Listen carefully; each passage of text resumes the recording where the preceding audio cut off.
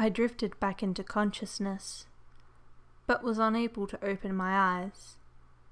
Okay, I thought to myself. This must be sleep paralysis.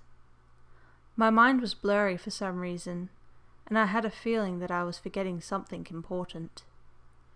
Then I heard people moving around me. I tried to move again but was unable to. Then I heard voices. Is he ready? Yes, the anesthesia should have kicked in hours ago. The surgery is a go. I felt the cold steel of a scalpel touch my chest, and I wished that I could scream. I finally leapt from the bed the second time the tapping came, and my hand already grasped the edge of the curtain before I stopped myself. Rapid tap, tap, came the sound against the glass, and then it drifted back into the haze of rainfall and wind pounding against the roof for the last 3 hours. Several minutes passed as I considered throwing the curtain aside and tearing open the window before I finally set myself against the terrors of an unmedicated imagination and crept back into the empty covers. I tossed and turned for hours, never sleeping longer than an instant at a time. I woke with her pillow in my arms twice, clutching it for warmth against the momentary dreams. By 4 a.m. I had nearly given up on rest and wallowed in my thoughts, arms and legs spread out against our giant bed as I listened to the storm song raging outside.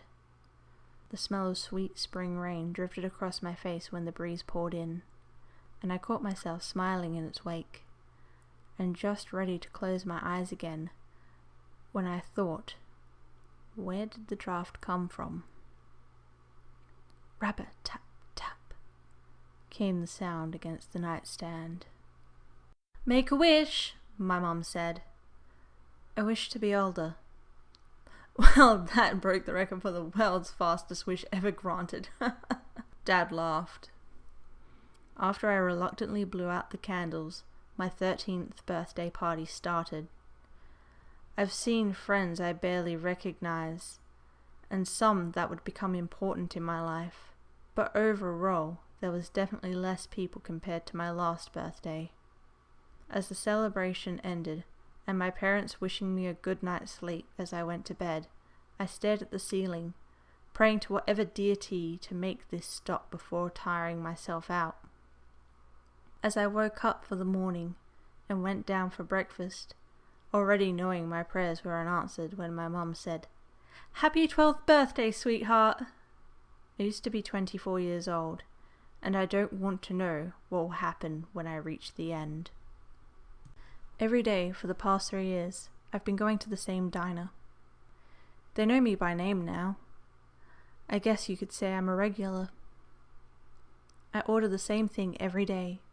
3 eggs, scrambled of course, 4 slices of bacon, 2 pieces of wheat toast, although I typically only eat 1, and a glass of orange juice. The food is awful and the juice is warm.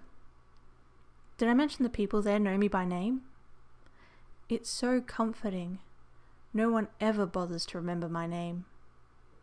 Day in, day out, I watch people enter the diner, eat their overpriced, hardly decent food, then go about their day. The diner isn't even remotely impressive, yet they still come. And the staff? The staff is just awful. Rude waitresses, sweaty, hairy, and tragically overweight chefs, perverted busboys, all so sad and so miserable seeming.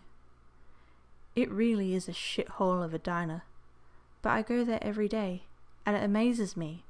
They all know me by name. They don't know the others like that. Just me. Today, I suppose, was different than other days. I ate my 3 scrambled eggs, 4 slices of bacon, a piece of wheat toast, and drank some orange juice.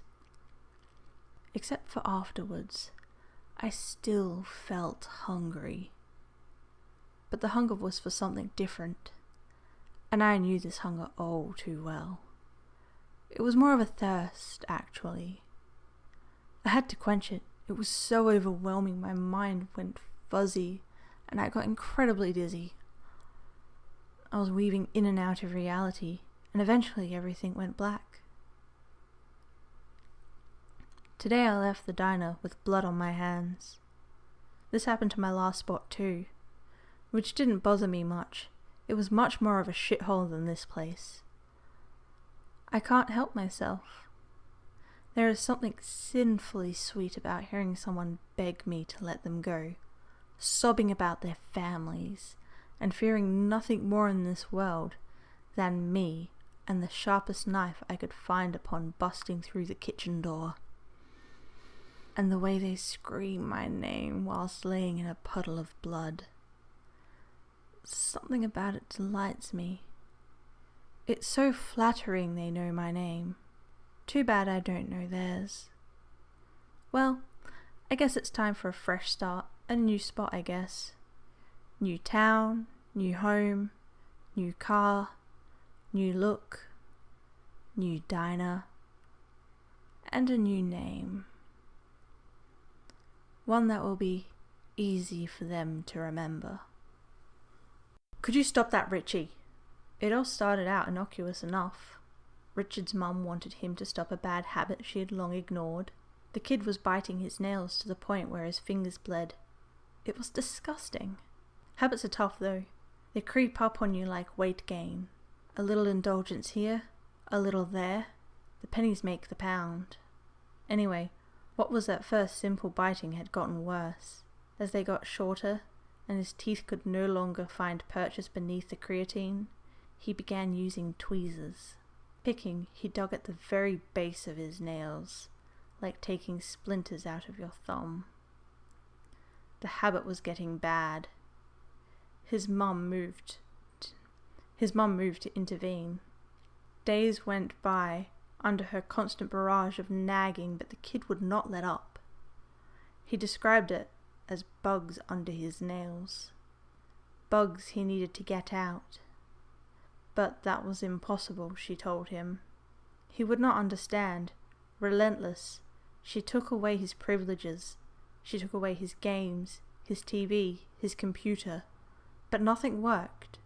Finally, she turned to her friends and even her doctor as to what steps to take. One idea stuck, and so the next day she wrapped his fingers in tape, a ritual she would repeat every morning. This seemed to be working, until one night before she could succumb to her drowsiness. She heard the clicking once again of tweezers coming from Richard's room. She marched over in a huff, enraged that he would just not stop. When she opened his door, however, she froze, her jaw hanging limp. "You are right, Mum. With the tape there, the bugs couldn't get under my fingernails. They're in my eyes." Hey guys, Flamingo Creeper here.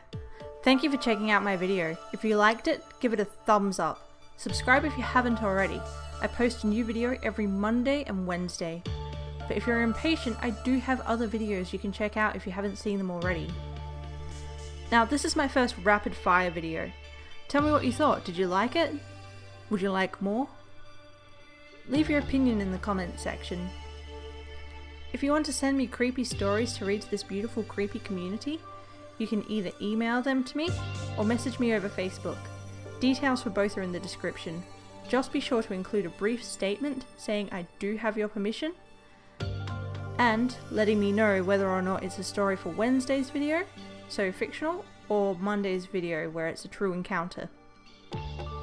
If you haven't already, go like my Facebook page as I post daily about various creepy things ranging from urban legends to serial killers, sometimes even conspiracy theories. As always, my creepers, be safe, and remember, the monster isn't under your bed, it's in your head.